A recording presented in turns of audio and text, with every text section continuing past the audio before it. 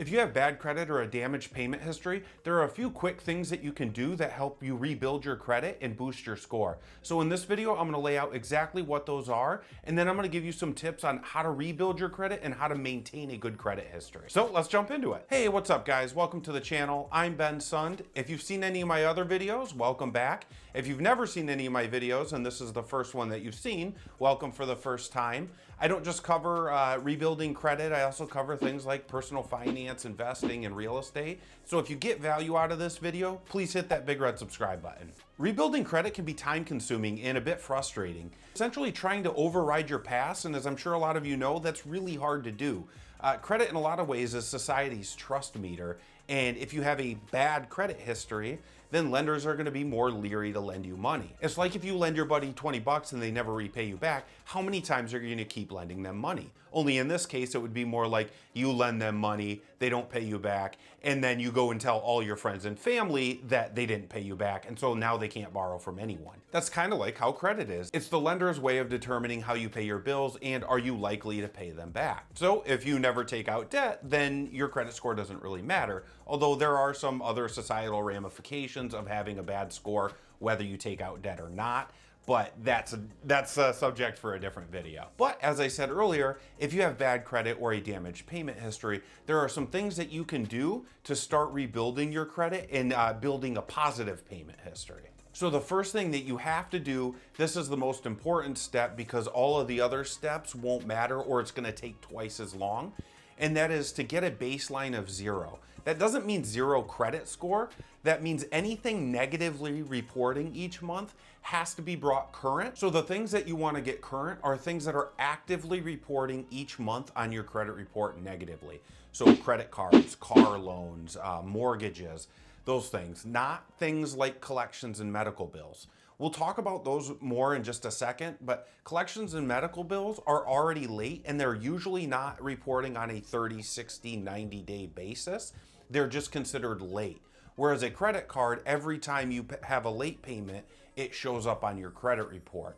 So it's more important to keep those current and get those from reporting negatively than it would be to pay off a collection or a medical bill. In the description down below, I'm going to have a link to how you can pull a free copy of your credit report. This is going to be super important because you got to know what is reporting negatively and what's reporting late so that you can remedy it. You don't want to just shoot in the dark. You want to know exactly what's happening, and that way you can systematically pay those down or pay those off or negotiate how to get those current, because it might be cheaper or you might be able to negotiate if they're not current. You could save yourself some money by offering one of these companies slightly less than what you owe or what you owe minus any fees just to bring it current. Bringing everything current allows you to start a positive payment history. I know that's a bit of common sense, but the more you have a positive payment history, the more your negative payment history starts to weigh less and less. Now, as I said just a second ago, collections and medical bills will lower your credit score, but you can actually have a very good credit score. I'm talking about in the 700s. You can have a very good credit score with collections and medical bills on your credit report, and you can still get a mortgage with those on your credit report because they're not negatively reporting on a rolling 30, 60, and 90 days. One of the most important things in determining your credit is based on a 30-day payment, a 60-day payment, or a 90-day payment. Collections and medical bills don't, because they're not like an installment payment loan, or like a credit card you charge and then you pay it off and you charge and you pay it off, or like a mortgage or a car loan, you have a set payment each month. Collections and medical bills don't have that, so they're treated differently. And they don't weigh as much on your credit as like a negative car loan or late pays on a credit card or mortgage. So it's more important that you get those current or pay those down or off than it would be to pay a medical bill or a collection. Now, again, some of that depends on your overall credit profile, and that's what pulling a copy of your credit report is going to tell you. And you will want to make sure that you're paying these off over time because they can be annoying and you're constantly going to be getting phone calls and collection notices, and it's going to rack up fees.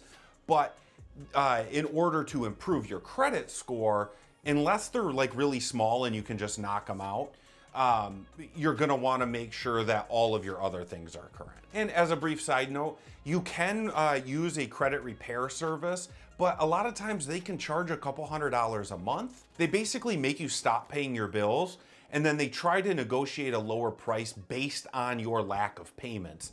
You can do all of this yourself, and you don't have to spend a couple $100s a month. Yes, it's annoying. Yes, you're gonna have to make a lot of phone calls and spend some time on it, but for a few $100s a month, that could go to any of your negative payment history instead of a credit repair service. Now, the second step is if you have any credit cards or high balanced cards, you wanna reduce the maximum amount of your credit used. So for instance, if you have one credit card that has a $1,000 balance on it and your credit limit is $1,000, you have a maxed out credit card. You can either transfer that balance to another card or pay it down or keep it at less than maximum. Generally speaking, you want to keep it about 50% under your maximum allowed. So again, on the $1,000 credit card, if you pay it down or transfer $500 off, then you have a 50% usage. Generally anything under 50%, really under 30% is the best. But if you have maxed out cards, you could transfer balances and spread it out a little bit. That way it doesn't look like you're utilizing all of your credit. Now, once you get back to zero or your baseline back to zero, you're gonna wanna start adding new trade lines that have a positive payment history. I don't really recommend going out and getting credit cards because those are generally gonna have, if they actually pull your credit, they're generally gonna have higher interest rates. I would recommend going to get what's called a secured card. A secured card is a card through your bank where you hand them $200 and they hand you a card. It doesn't have to be $200. It can be whatever you want, but generally it's $200. They hand you a card with a $200 balance. So basically you can never go in debt with it. You can only spend what you gave them. So let's say you spend the full $200. Once you make a payment, let's say you make a $100 payment, the remaining balance on that card will be $100. So as you go up and down, that's going to build a payment history, but you're basically building a payment history with your own money rather than borrowed money or credit from a credit card. And they don't charge interest, or they charge a very low interest rate on these types of things because again, it's your own money. Whereas a credit card, if you have low, like under 600 credit score, a credit card is gonna have like 20, 25, maybe even 30% interest. And that's how you can start getting in trouble. This is a good way to do it, again, for pretty cheap. It can be whatever you want, really. Usually it's a minimum of at least $50, but you could do as much as you can afford. The other advantage to opening a secured card is gonna be that you're gonna start building a relationship with a bank. Now, a lot of people get a lot of flack from that, and in full disclosure, I work for a bank. But what that's going to allow you to do is it's going to allow you to build a relationship with a bank or a banker, and they're going to be able to recommend products as you go through your journey that are going to be safe for you and help you build credit over time, or help you build credit cheaper and easier over time. Once you start building the relationship with the bank or the banker, and they know what goals you're trying to meet, they're going to be able to help guide you and offer you products like credit monitoring service or fraud prevention, things like that, that can help you maintain a good credit score without costing you really any money. A lot of them come with checking accounts or credit cards. They offer that as a side thing. Now, don't get me wrong, this isn't completely necessary. You don't have to do this.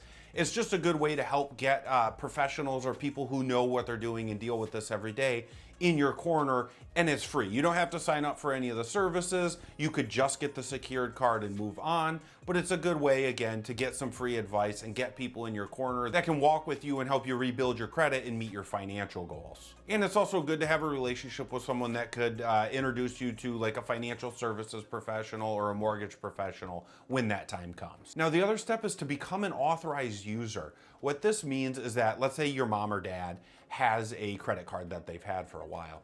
They can add you to the account as an authorized user. They don't have to give you the credit card. You don't have to, go into my mom and dad and say, hey mom, give me a copy of your credit card and add me to your account. It's probably not gonna go over too well. but they could add you to the account as an authorized user, and that's going to instantly put their payment history onto your credit report. Again, if they have a bad payment history, which can be a little weird, if you don't know that, you don't really want to ask them, but don't add that onto your credit report if they aren't very good at paying their bills. But if they are, they can add you on, and let's say they have a 10-year payment history. Now you're going to instantly have that as a portion of your credit. Now the other tip would be to have your alternate credit report on your credit report. Now alternate credit is basically things that wouldn't typically be on your credit report, like rents, utility bills, cell phone bills, internet, car insurance, all of those things that you pay every month. They're not reporting on your credit report, but you can get them to report on your credit report. Some of this is going to be talking to the different companies. For instance, your internet provider, they might have different rules and regulations than your landlord, and or your car insurance company. So it's going to be calling them up, and it might not be like your insurance agent or your internet provider's like regular customer service hotline. You can call them and ask how you can get, or who do you have to talk to get your utility bills or those things reporting on your credit report each month. And one of the credit bureaus, I think it's called Experian Boost. I'll have a link in the description down below, but they have a service that can help with this. I'm not exactly sure how much it costs, and I'm not exactly endorsing it because I've never personally used it. But I know they have a service that will help you get alternative credit reporting on your credit report. The obvious advantage of this is that since you're paying those bills anyway, you might as well get credit for them. And assuming you're paying them, on time, don't have them added to your credit report if you have a bad payment history with them. That's just going to further hurt the issue, not help it. But the obvious advantage to this is that you are probably going to have a fairly long-standing history. Ever since you got your license, you're probably going to have had car insurance, cell phone bills. Everyone has those nowadays, right? And so you're going to have a history of that can instantly add on to your credit report. One of the major things about determining your credit score is going to be the amount of time you've had accounts open and the payment history associated with that. So the longer you've had those accounts open, the more they're going to weigh on your credit rather than the negative stuff. And if you want to find out how your credit is calculated or how the credit bureaus break it down, check out my video somewhere up there.